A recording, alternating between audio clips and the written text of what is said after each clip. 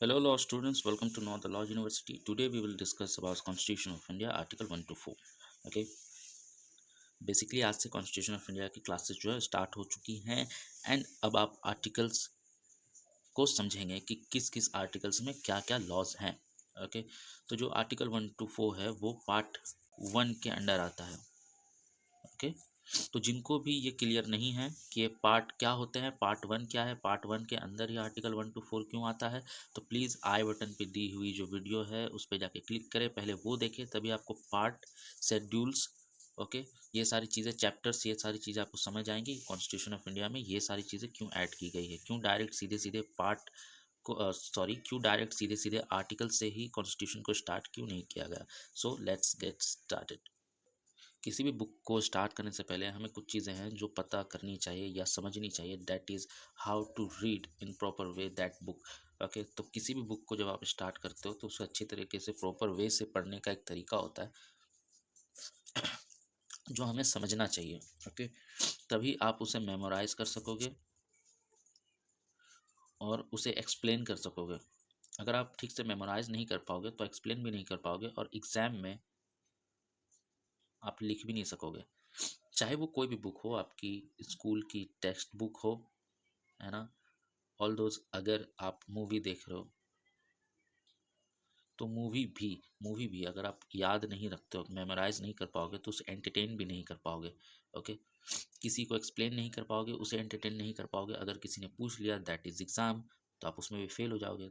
कहा जाएगा कि आपने फिर देखा क्या, 3 घंटे, 3 घंटे आपने लगाया और आपको याद नहीं है कि आपने देखा क्या है. तो उसको देखने का, टेक्स्ट बुक को, फिलहाल तो हम टेक्स्ट बुक की बात करें, उसे पढ़ने का एक प्रॉपर वे होता है जिस वे से अगर आप पढ़ते हो तो आप उसे मेमोराइज कर सकते हो, एक्सप्लेन कर सकते हो और एग्जाम में भी आप उसे लिख सकते हो क्योंकि आपको वो याद है. ओके, सो ये भी जानेंगे कि वो प्रॉपर वे क्या है कॉन्स्टिट्यूशन ऑफ इंडिया को रीड करने का, मेमोराइज करने का एंड एग्जाम में लिखने का. ओके, ये एक्चुअली में कॉन्स्टिट्यूशन ऑफ इंडिया की बुक की कवर है. हर बुक की कवर ऐसी नहीं होती, ये ओरिजिनल बुक जो है, जो हैंड रिटन है, उसकी कवर है. आज हम स्टार्ट करने वाले हैं आर्टिकल 1 to 4 जो कि पार्ट 1 के अंडर आती है कॉन्स्टिट्यूशन ऑफ इंडिया में.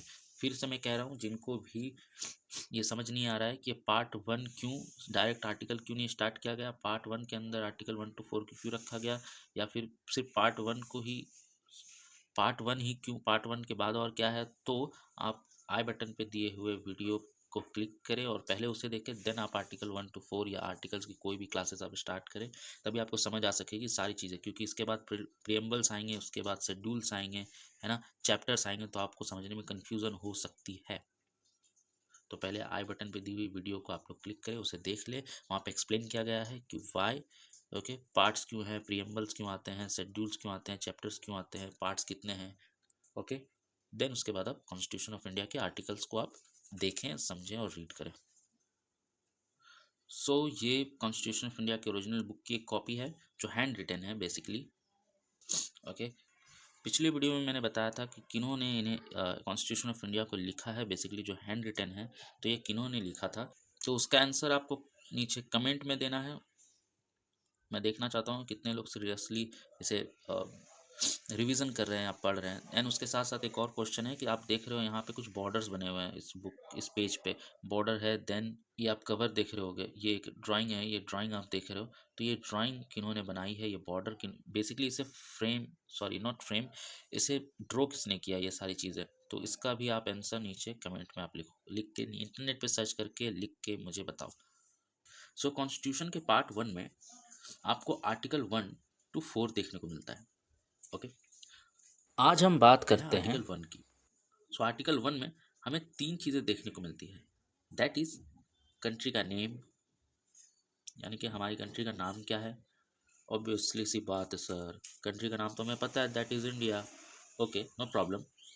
दूसरी चीज़ हमें ये पता चलती है कि हमारी कंट्री जो है वो, उसकी टाइप ऑफ पॉलिटी क्या है ना, यानी कि वो उस कंट्री में कितने स्टेट्स हैं, या नॉट स्टेट्स, ये कंट्री बनी कैसे है.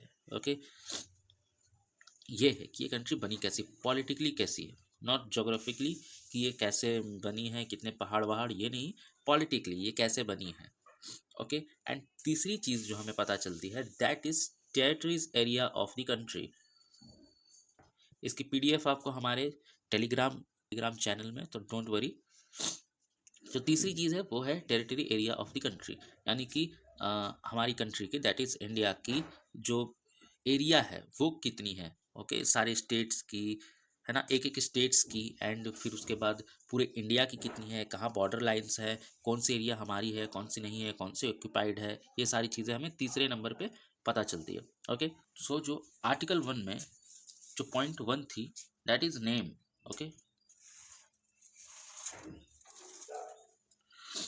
तो नाम को लेकर कॉन्स्टिट्यूशनल असेंबली में कुछ मेंबर्स के बीच थोड़ी सी, नाम को लेकर थोड़ी सी कंफ्यूजन थी। कुछ असेंबली मेंबर्स ने हमें असेंबली में सजेस्ट किया कि हमें अपना ट्रेडिशनल नाम ही यूज़ करना चाहिए, दैट इज़ भारत। ओके, लेकिन कुछ असेंबली मेंबर्स ने सजेस्ट किया कि नहीं, एक मॉडर्न नाम रखते हैं, दैट इज़ इंडिया।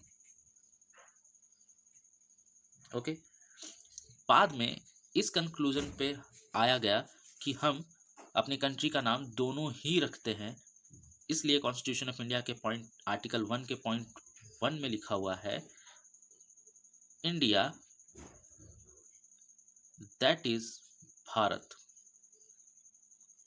अब इस चीज़ को लेकर किसी एक आदमी ने सुप्रीम कोर्ट ऑफ इंडिया में एक पिटीशन फाइल की थी, दैट इज कि हम अपने इंडिया को, अपनी कंट्री को इंडिया क्यों बुलाते हैं, क्यों नहीं हम इसे भारत बुलाते हैं। क्योंकि जब हम अपने राष्ट्रीय गान गाते हैं तो भी उसमें जनगण मन अधिनायक जय है, भारत भाग्य विधाता कहा जाता है। हम चांटिंग भी अगर करते हैं तो भारत माता की जय कहते हैं, है ना, और भी बाकी सारी जगहों में हम भारत ही बुलाते हैं, तो इंडिया क्यों। तब कॉन्स्टिट्यूशन ऑफ इंडिया, सॉरी, तब सुप्रीम कोर्ट के जज ने हमें कहा कि नहीं, इंडिया, कॉन्स्टिट्यूशन ऑफ इंडिया में साफ साफ लिखा हुआ है कि India, that is Bharat. That means, आप लोगों ने बचपन में LHS RHS किया होगा मैथ्स में, राइट। तो India that is Bharat means India ही भारत है, और ये भी कह सकते हैं भारत ही इंडिया है। इस कंट्री के दो नाम हैं, आप किसी भी तरह से बुला सकते हो, डेट इंडिया, आप मॉडर्न तरीके से इंडिया बुला सकते हो और ट्रेडिशनल तरीके से भारत बुला सकते हो, राइट। तो इसमें कोई कंफ्यूजन नहीं है। अब कोई जाके पिटीशन फाइल मत कर देना सुप्रीम कोर्ट में कि हम अपनी कंट्री को भारत क्यों नहीं बुला सकते, इंडिया ही क्यों बुलाते हैं। ओके, क्योंकि ये सॉल्व हो चुकी है। तो नाम का कन्फ्यूज़न अब ख़त्म हुआ। बट सेकेंड जो चीज़ है, सेकेंड पॉइंट जो है, वो टाइप ऑफ पॉलिटी है।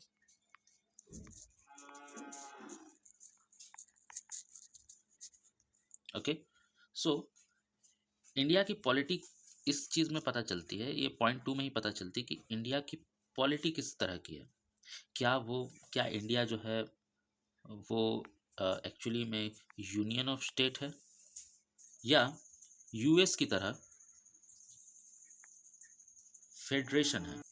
अब इंडिया जो है वो यूनियन ऑफ स्टेट्स है या फेडरेशन ऑफ स्टेट्स है, इसे जानने से पहले हमें ये जानना होगा कि यूनियन और फेडरेशन कहते किसे हैं। सो federation of state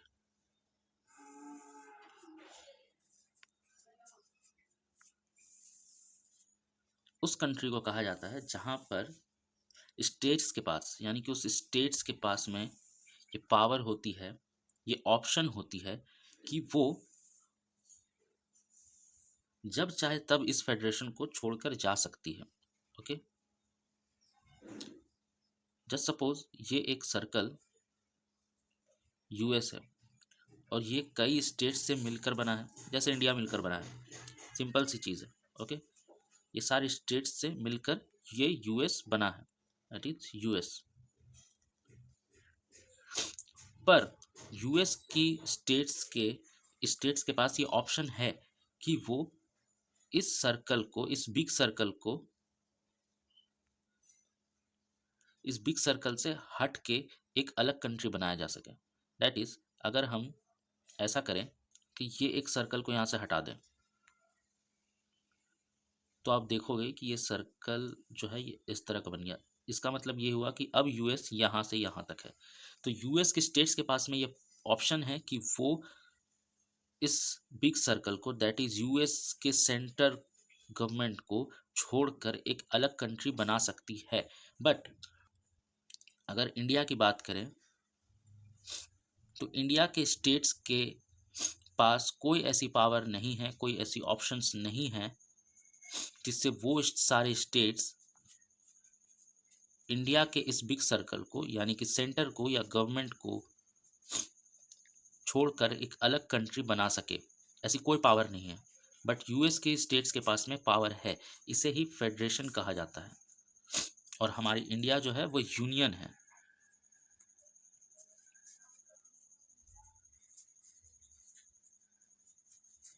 union of states है, यानी कि इस यूनियन को तोड़ना नामुमकिन है। ये किसी भी तरह से ये स्टेट्स कभी भी दूसरे स्टेट से अलग नहीं हो सकते या इंडिया से अलग नहीं हो सकते।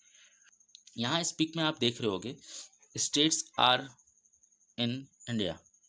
ओके, तो यहाँ जितने भी स्टेट्स आपको यूएस, सो यूएस के जितने भी स्टेट्स आपको यहाँ पे दिख रहे हैं, जितने भी स्टेट्स हैं, चाहे वो टेक्सास है, चाहे ओहिम है, या फिर कुछ भी है, न्यू मैक्सिको, कोई भी जितने भी स्टेट्स हैं वो सब के सब फेडरेट है, यानी कि एक एग्रीमेंट से जुड़े हुए हैं एक दूसरे से। ओके, तो मैं ऐसे दिखाऊं तो ये सब के सब एक एग्रीमेंट से जुड़े हुए हैं। ये इनसे एग्रीमेंट में, इनसे, ये सब एक एग्रीमेंट से मिलकर ही एक कंट्री को बना रहे हैं। But in this case India में ऐसी कोई भी चीज़ नहीं है। ये बेसिकली एक पॉलिटी जो स्टूडेंट्स होते हैं, पॉलिटी के जो स्टूडेंट्स होते हैं, ये उनके लिए ये टॉपिक ज़्यादा वाइल्ड है, उनको समझना ज़्यादा ज़रूरी है। बट लॉ स्टूडेंट्स के लिए इतना कुछ खास नहीं है। हाँ, थोड़ी सी खास है, उन्हें बस बेसिक समझना होता है इसमें कि क्या है। बट मैं आपको थोड़ा डिफाइन करना चाहूँगा, डिटेल्स में बताना चाहूँगा कि इंडिया में कोई भी स्टेट्स ऐसा नहीं है जो इंडिया को छोड़कर, है ना, एक अलग कंट्री बना सकता है। ये एक थी जम्मू एंड कश्मीर के साथ में, जब 370 की पावर इनके पास थी, या 370 जम्मू एंड कश्मीर में लागू थी, फोर्स में थी तब। ओके, जैसे कि आप स्लाइड में आप देख सकते हो कि यहाँ पे यूएस की जितने भी आपको स्टेट्स दिख रहे हैं, ये बेसिकली यूएस के स्टेट्स हैं। यहाँ पर जितने भी स्टेट्स आपको दिख रहे हैं, जितने भी स्टेट्स, इन सब की एक अलग अलग फ्लैग्स हैं। दैट मीन्स यहाँ आपको, अगर आप मान लो कि आप टेक्सास पे आ रहे हो, ठीक है, तो टेक्सास की कॉन्स्टिट्यूशन अलग है, टेक्सास के रूल्स अलग हैं।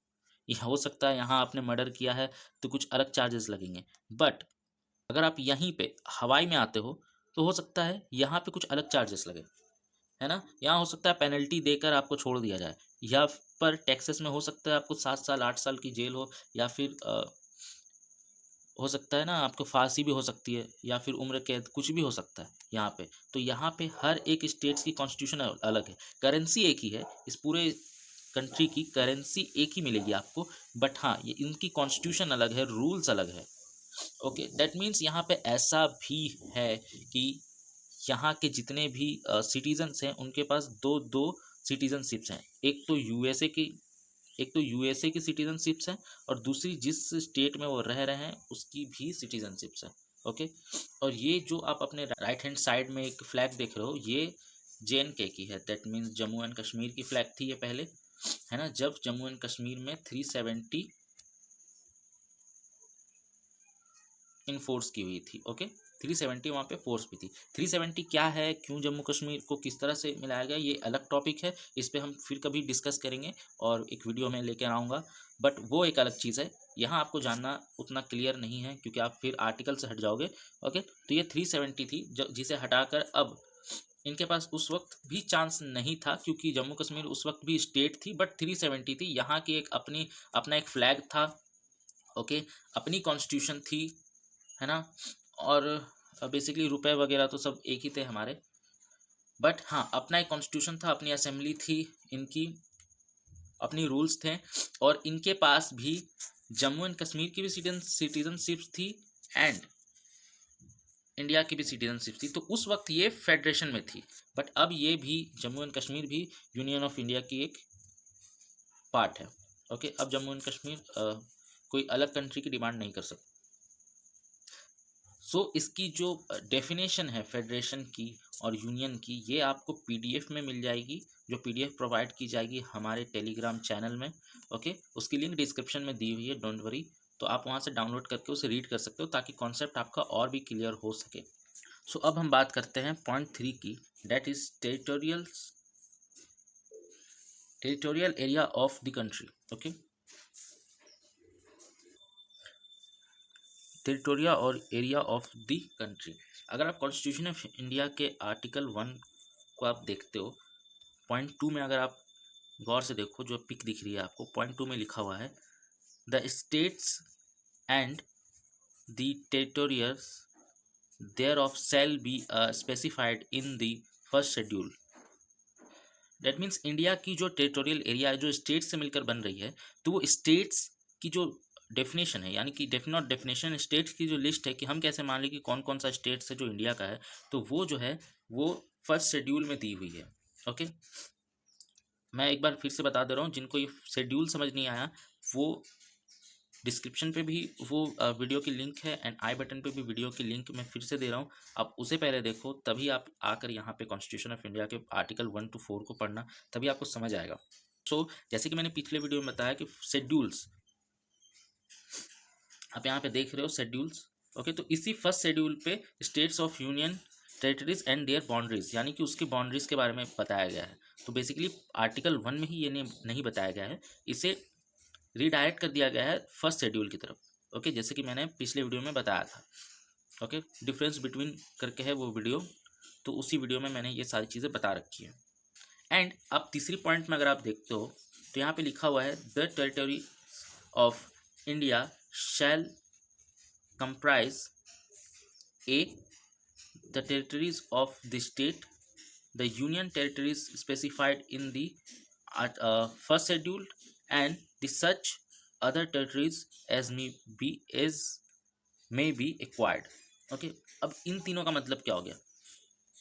बेसिकली हमारी इंडिया में जितने भी स्टेट्स हैं उनको 3 पार्ट्स में डिवाइड किए गए। ओके, पहला तो है स्टेट्स, जो कि बहुत ही बड़े हैं, और तो इसके बारे में मैं अभी आपको बताता हूँ कि ये सारी चीज़ें क्या हैं। ओके, तो जो 3 चीज़ें हैं वो स्टेट्स है। पहली 3 पार्ट में बेसिकली हमारे स्टेट्स को डिवाइड किया गया है। पहली जो है वो स्टेट्स है, दैट इज़ 28 स्टेट्स, मैंने पिछले वीडियो में ही बताया था। दूसरी चीज़ है UT, that is union territories, वो 8 है। एंड तीसरी जो है वो है एक्वायर्ड। ओके, है ना, एक्वायर्ड, या फिर अदर टेरिटरीज भी इसे कहते हैं, एक्वायर्ड, वो अभी फ़िलहाल तो 0 है। अब ये तीनों चीज़ें हैं क्या? स्टेट्स क्या है? हम तो हर एक को स्टेट्स बोलते हैं ना। जो दिल्ली में रहते हैं उनसे अगर पूछा जाए कि आप कौन से स्टेट में रहते हो, तो वो क्या कहेंगे कि नहीं, मैं तो स्टेट्स में नहीं रहता, मैं तो यूनियन टेरिटरीज में रहता हूँ। वो लोग ऐसा तो नहीं कहते कि नहीं, मैं तो स्टेट्स में रहता नहीं हूँ, मैं तो यूनियन टेरिटरीज में रहता हूँ, मुझे नहीं पता भाई कौन सी स्टेट्स है। ऐसा नहीं कहते। वो तो कहते हैं कि हाँ, मैं दिल्ली स्टेट्स में रहता हूँ, या फिर जो अभी फ़िलहाल जम्मू कश्मीर में रह रहे होंगे वो भी यही कहते होंगे कि आपकी स्टेट्स का नाम क्या है, तो वो कहते होंगे या तो जम्मू कहते होंगे या तो कश्मीर कहते होंगे, है ना। तो इस तरह से, बट हम सबको ही स्टेट्स बुला रहे हैं, तो फिर ये स्टेट्स 28 हैं और यूनियन टेरिटरीज 8 है। फिर ये अदर्स, एक अदर टेरिटरीज क्या है? अब ये अदर टेरिटरीज क्या है, एक्वायर्ड क्या है, ये भी मैं बताता हूँ क्या है। जैसे कि आप यहाँ पे इंडिया के मैप में आप देख रहे हो, ओके, दैट इज, आप देखोगे कि यहाँ पे सारे स्टेट्स ही हैं। ओके, पर कुछ चीज़ें हैं, कुछ ऐसे स्टेट्स हैं जो कि यूटी में आते हैं, दैट इज़ यूनियन टेरिटरीज, यानी कि वो यूनियन स्टेट्स नहीं है, वो यूनियन टेरिटरीज है, यानी कि वो केंद्र शासित है। वहाँ पे सीएम्स तो है, बट सीएम्स को इतनी पावर नहीं है। आपने ये नई चीज़ तो नहीं है, बट आप न्यूज़ में सुन रहे होगे कि केजरीवाल जो है, जो दिल्ली के सीएम है, वो चाहते हैं कि दिल्ली अब यूनियन टेरिटरीज से हटकर वो एक स्टेट्स हो जाए, क्योंकि केजरीवाल जी को जो है वो इतने पावर्स नहीं है, क्योंकि दिल्ली जो है वो स्टेट नहीं होकर वो यूनियन टेरिटरीज है। आप यहाँ पे देख सकते हो दिल्ली है इस पॉइंट पे। ओके, यहाँ दिल्ली है जो इंडिया की कैपिटल है, वो यूनियन टेरिटरी, यानी कि वहाँ पे केंद्र शासित स्टेट है वो, यानी कि वहाँ पे जो भी जितने भी पावर्स हैं, वो मतलब जो मेन पावर्स जिसे कहते हो आप, मेन पावर्स हैं वो स्टेट के पास में है। स्टेट मीन सेंट्रल गवर्नमेंट के पास में। बट बाकी जो स्टेट्स हैं ओके, जैसे कि राजस्थान एक स्टेट है, मध्य प्रदेश स्टेट है, हमारा वेस्ट बंगाल, झारखंड, पटना, बिहार एक स्टेट है, उत्तर प्रदेश एक स्टेट है। ये जो है, ये सब के अंदर सीएम है, और इन सीएम के अंडर ही पावर्स हैं। ये सीएम भी वो कर सकते हैं जो, है ना, सेंट्रल गवर्नमेंट कर सकते हैं, दैट इज राष्ट्रपति जो अपने स्टेट में कर सकते हैं, जो यूनियन टेरिटरीज है। ठीक है, यूनियन टेरिटरीज बेसिकली राष्ट्रपति के अंदर आती हैं, वहाँ पे सीएम्स को इतनी पावर नहीं होती है, उनको हैंडल करने वाला जो है वो राष्ट्रपति होते हैं। ओके, एंड अदर, ये तो आप समझ गए states and union territories, but ये अदर एक्वायर्ड क्या है? अगर एक एग्जांपल मैं लूँ कि श्रीलंका, अभी आप सबको पता है श्रीलंका की हालत अभी क्या है। अगर आप सपोज करो कि इंडिया, है ना, मैं दिल्ली से पॉइंट कर रहा हूँ कि इंडिया अभी श्रीलंका को सपोर्ट करे और श्रीलंका के लोग कहे कि नहीं भाई, अब तो मुझे इंडिया के साथ ही रहना है, अब इंडिया का ही होके रहना है हमें, ये श्रीलंका के लोग ऐसा कहें। ओके, तो जैसे कि अभी श्रीलंका की हालत है, यहाँ पे ना उनके राष्ट्रपति है, ना प्राइम मिनिस्टर है, कोई भी नहीं है श्रीलंका में। ये पूरी की पूरी तरह से ये उनके सिटीजन्स के हाथ में आ गई है ये कंट्री जो है। लेकिन यहाँ के लोग, जैसे कि इंडिया हेल्प भी कर रही है ना, वहाँ खाना पहुँचा रही है, जो नहीं है चीज़ें वो भेज रही हैं, वहाँ व्यवस्था को भी थोड़ी बहुत हैंडल कर रही है। तो अगर श्रीलंका के लोग कहें कि नहीं, मुझे तो अब इंडिया के साथ ही रहना है, इसी का बन के रहना है, तो ये जो कंट्री है ना, ये कहाँ से, ये कहाँ आएंगी? ये तो स्टेट में नहीं आ सकती, यूनियन टेरिटरीज में नहीं आ सकती, ये आ जाएंगी एक्वायर्ड में। ओके, अदर टेरिटरीज में। सो ये अदर टेरिटरीज में आ जाती। ओके, अगर ऐसा हो गया तो श्रीलंका हमारी ही कंट्री का पार्ट बन जाएगी, बट वो अदर टेरिटरीज में आएंगी, या फिर यूनाइटेड यूनियन टेरिटरीज में भी आ सकती है, डेट इज वो अलग पार्ट है, बट इसे एक्वायर किया गया है। ओके, ये हमारी कंट्री का पार्ट नहीं है, फिलहाल तो नहीं है, पहले तो थी जब अखंड भारत थी तब तो थी, बट अभी तो नहीं है। हाँ, तो अभी जो है वो एक्वायर्ड हो जाएगी। ठीक है, तो ये एक्वायर्ड में आएगी, तो यहाँ पे ये 1 हो जाएगा। ओके, तो ये बेसिकली ये जो है पॉइंट है स्टेट्स की, यूनियन टेरिटरीज की और अदर टेरिटरीज की। ओके, सो इसी के साथ हमारी आर्टिकल 1 जो है वो ख़त्म हो चुकी है। अब हम आर्टिकल 2 के बारे में बात करेंगे अगली वीडियो में।